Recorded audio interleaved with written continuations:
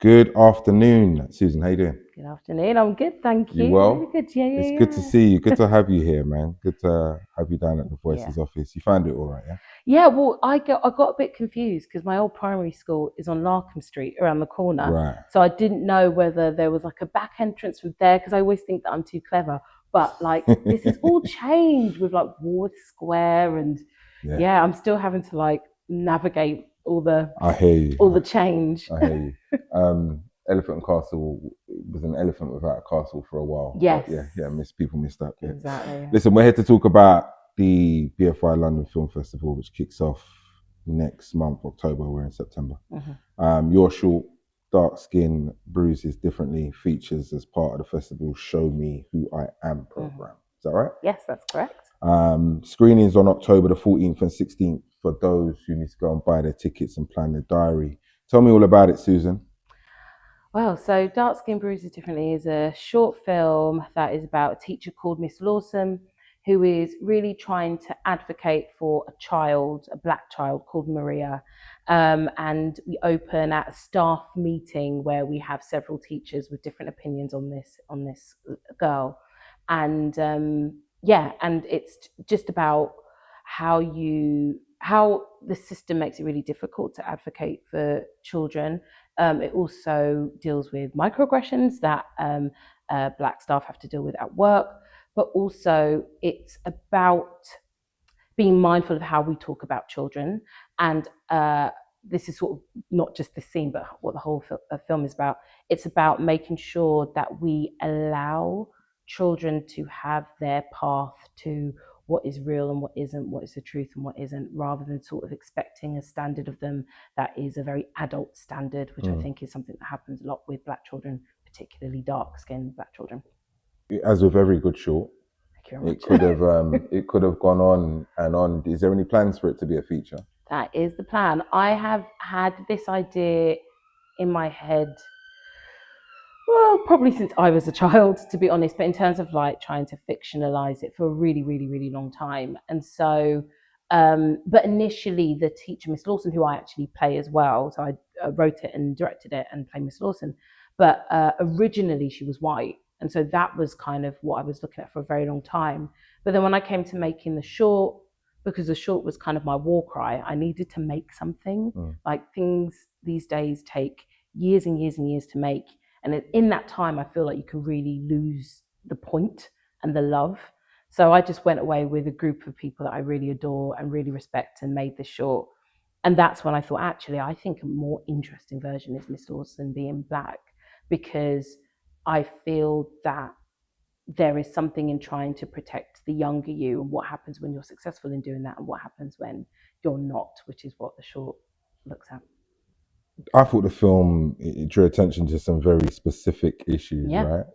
But it was interesting reading the synopsis, which painted Maria as peculiar. And that kind of got me thinking about the language we use and then the importance of language when imparted by members of a teaching institution. Precisely. It also got me thinking about the bias and how one's own experience can lead to an informed or ill-informed perspective. Interesting, yeah. So it was quite loaded in like the first 3 or 4 minutes with that discussion. Yeah, purposefully so. Right, yeah. Of course, right? So to speak about, I guess, bringing that to life.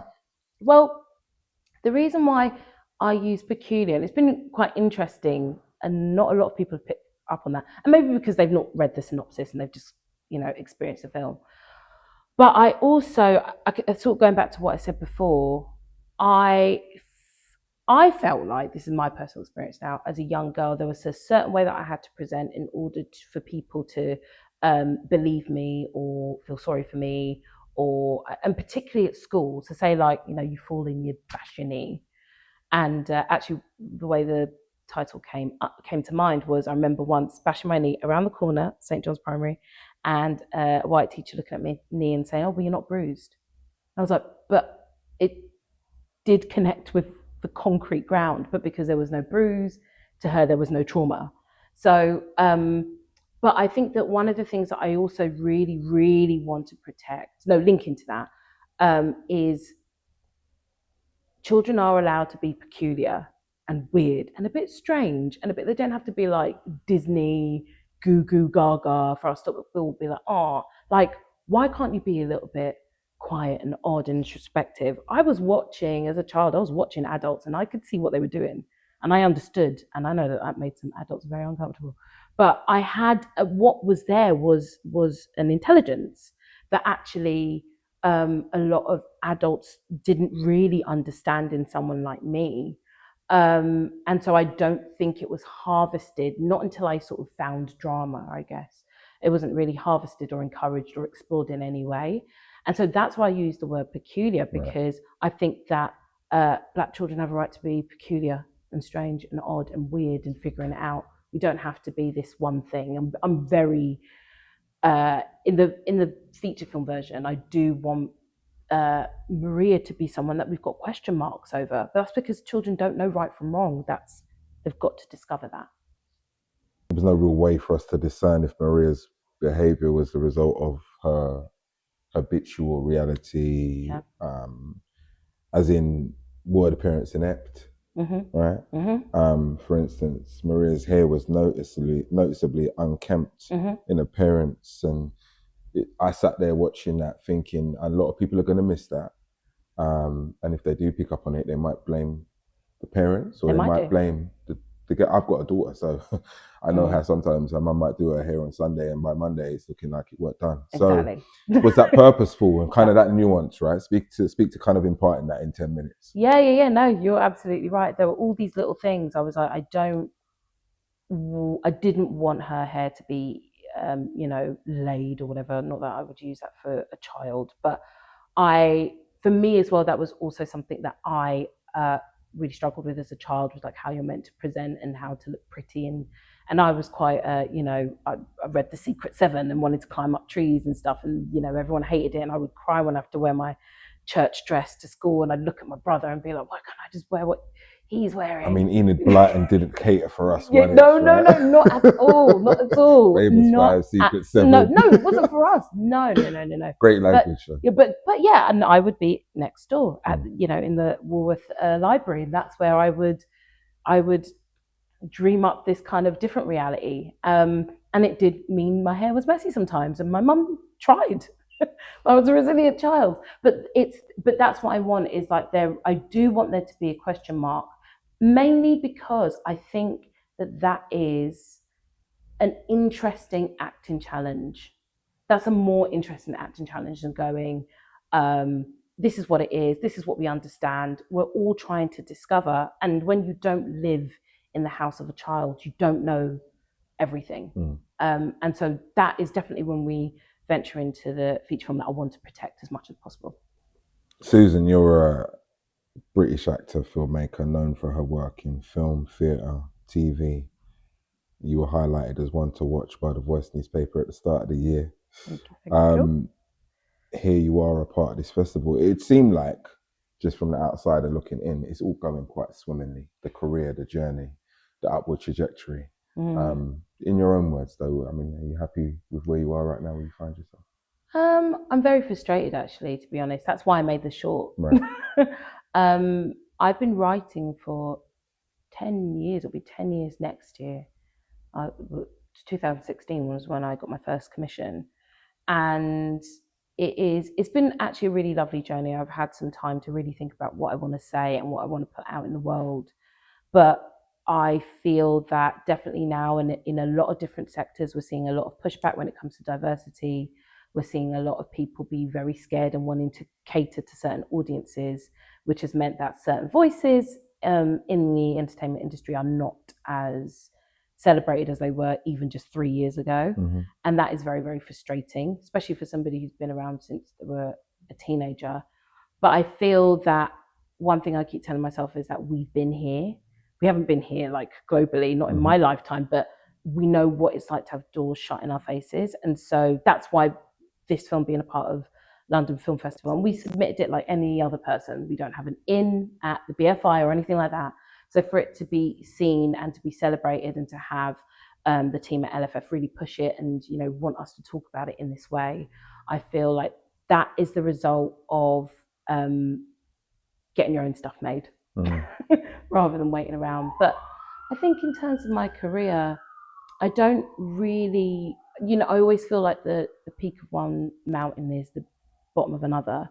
And so I don't get too caught up in the feeling or the drive of making it or getting there. It's a very, very complex thing. And I occupy a really weird space where I'm performing and writing, but I also do podcasts and I go off and do shows like Taskmaster. And I think for anyone else, that would be quite hard to pinpoint. But for me, I just, the greatest sin is being bored.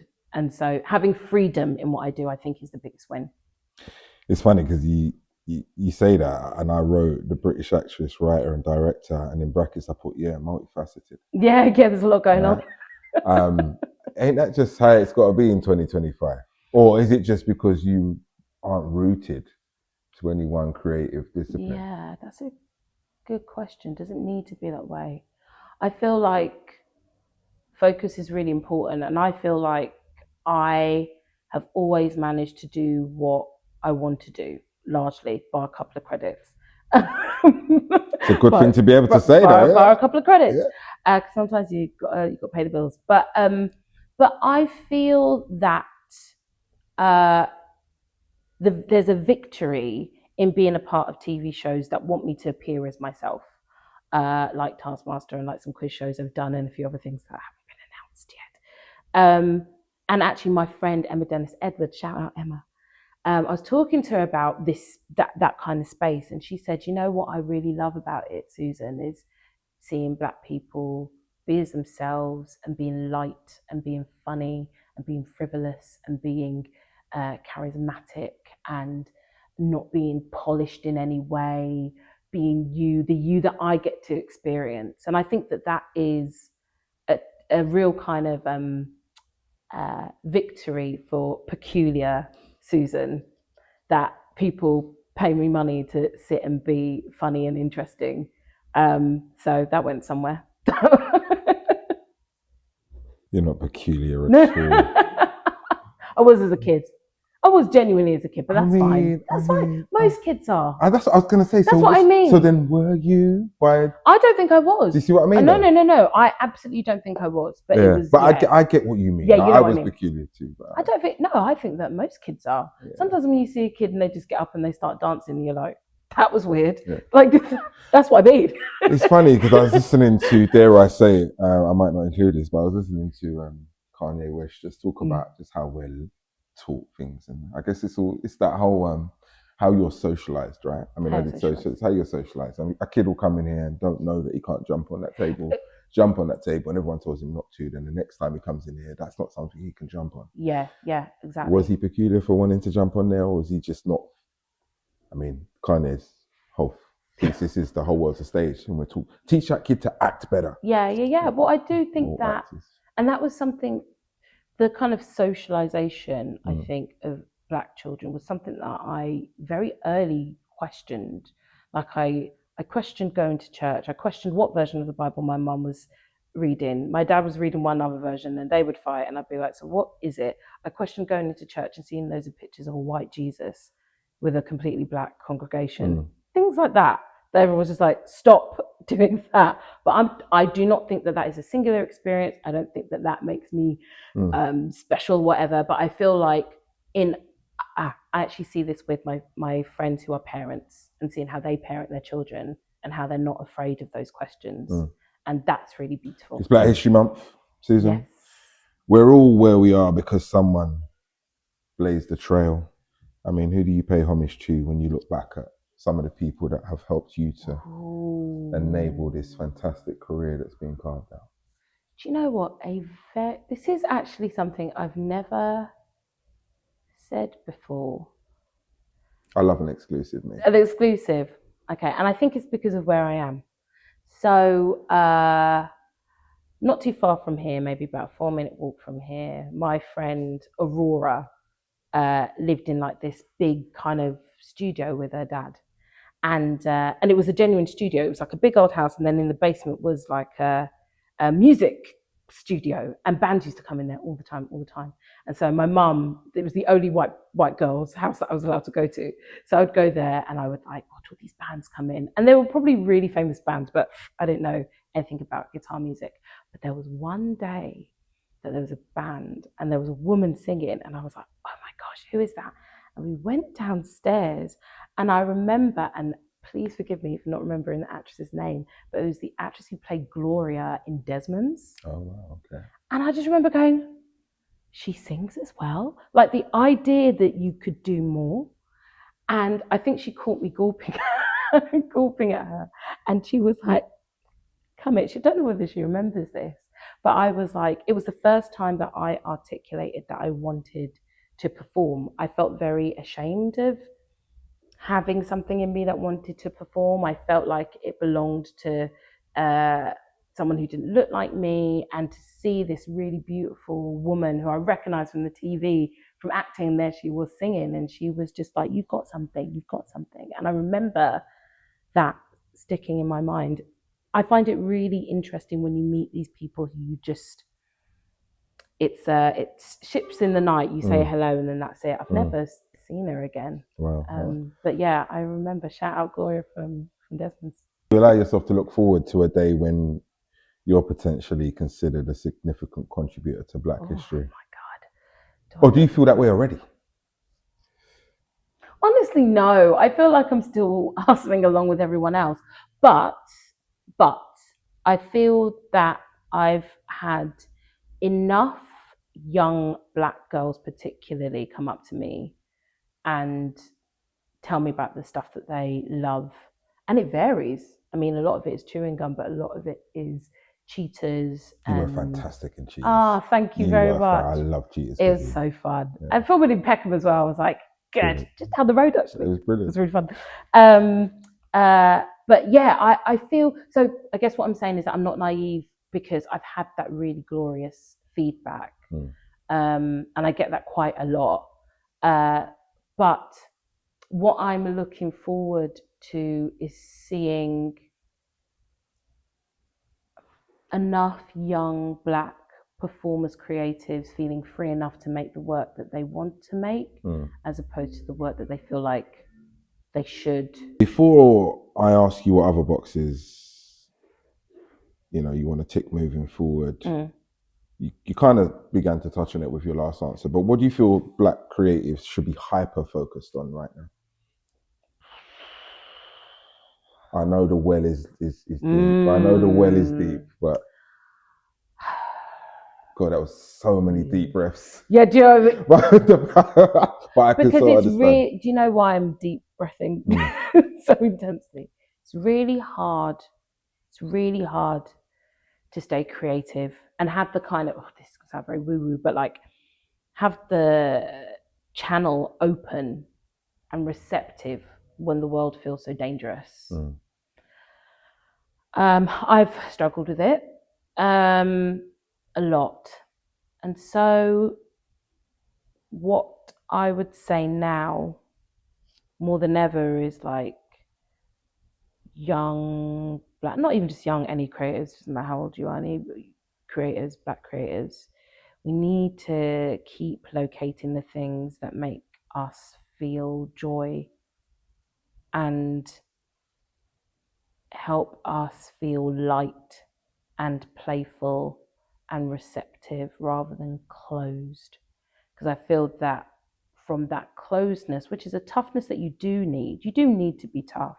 But for me, I'd sort of err on the side of trying to stay as playful and as open as possible, because for me, that's where ideas come. And I think that is absolutely the thing that's fighting against everybody right now. And so where you feel safe, try and locate the joy as often as possible. Joy is a skill. It's a skill that is honed. It's not just something that you lift up and find under a rock. And I think it's so easy to lose touch with that because it's impossible. Being creative in this petri dish is an impossible thing. And so any time that you manage it is a miracle. Again, I feel like you began to touch on this already. But so go on then. I mean, if you could wave the magic wand and ensure certain aspirations and ambitions are met, what would they be? What would that look like? Oh, what for like? For yourself? For me personally. I would. Okay, if I'm being really specific, I'd love to direct my debut feature film within the next year, and then have another one set up soon after. I'm ready to direct. I'm ready to stop banging on about the environments and set environments that I want, and to actually realize that. I want to have a lot more collaborations with people. I think that's also my response to the world as well. I feel like you can never do it on your own. And this short was amazing for that. It was a real collaboration and made me feel very held and respected and challenged in the right way.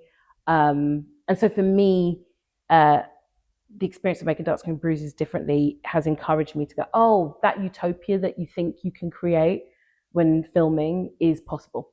It is absolutely possible, but it all starts with everybody being invested in the story and the script. If people are just turning up because it's another day, then that's when you start losing people. But for me, it was, I've written it, but it belongs to all of you. So any question from any department about the story, don't feel like, oh, I can't ask that. Ask me. Like, I will gladly tell you. And I think that's what made the environment. And if I can have that experience 4 times in my life. Why are we limiting ourselves? Sorry. No, because directing's a lot as well. What are we doing there? No. Directing is a lot. It is a lot. And you've got to do it when you love it. I'm not about to jump on somebody's project just to direct it, yawn. Like, it has to be something that I love. Otherwise, I'll just go and act in something. I'll go and do this. I'll go and do that. I'll go and be sprightly and free. But when you're directing something, the buck stops with you.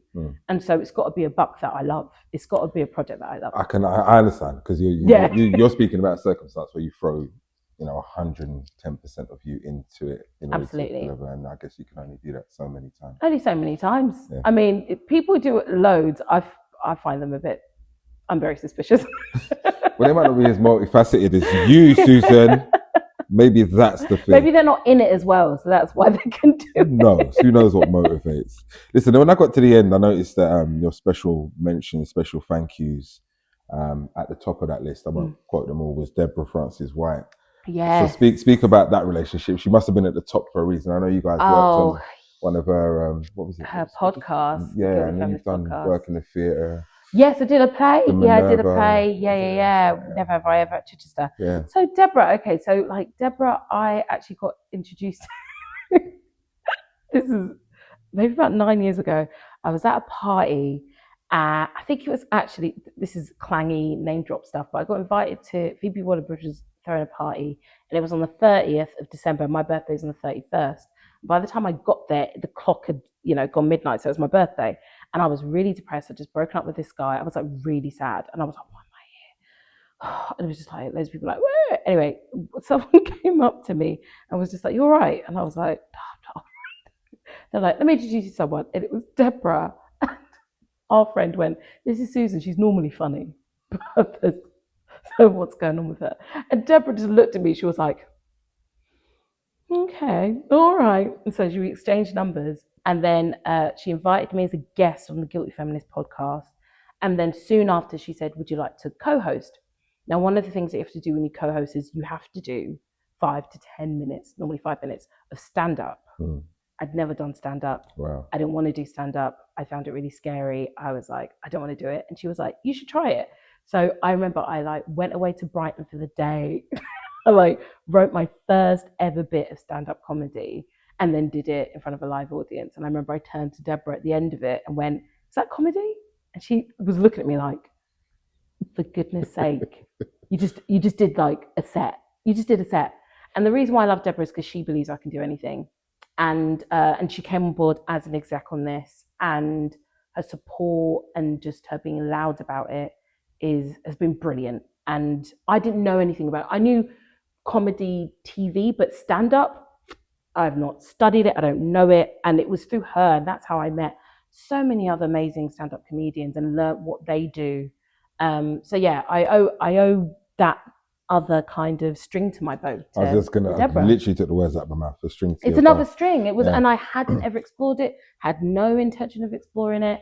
And now I've seen how she works and lots of other different comedians. I've gone on Kiel's like improv show, a Cool Story Bro, and worked with all those guys from the Free Association and stuff.